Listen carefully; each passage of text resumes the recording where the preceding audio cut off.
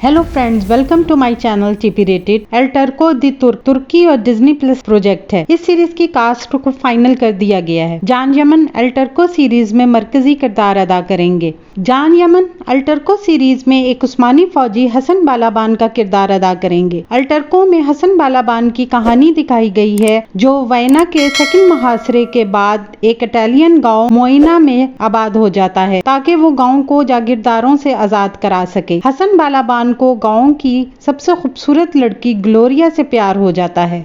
Greta फेरो जान Yemen की को स्टार होंगी। वो ग्लोरिया का किरदार अदा करेंगी। ग्रेटा फेरो इटली की मशहूर मॉडल और एक्टर हैं। इस सीरीज की शूटिंग शुरू हो गई है और उम्मीद की जा रही है कि एल टर्को सीरीज अक्टूबर में डिज्नी प्लस पर जारी कर दी जाएगी।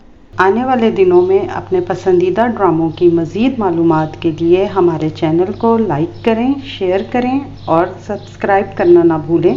शुक्रिया।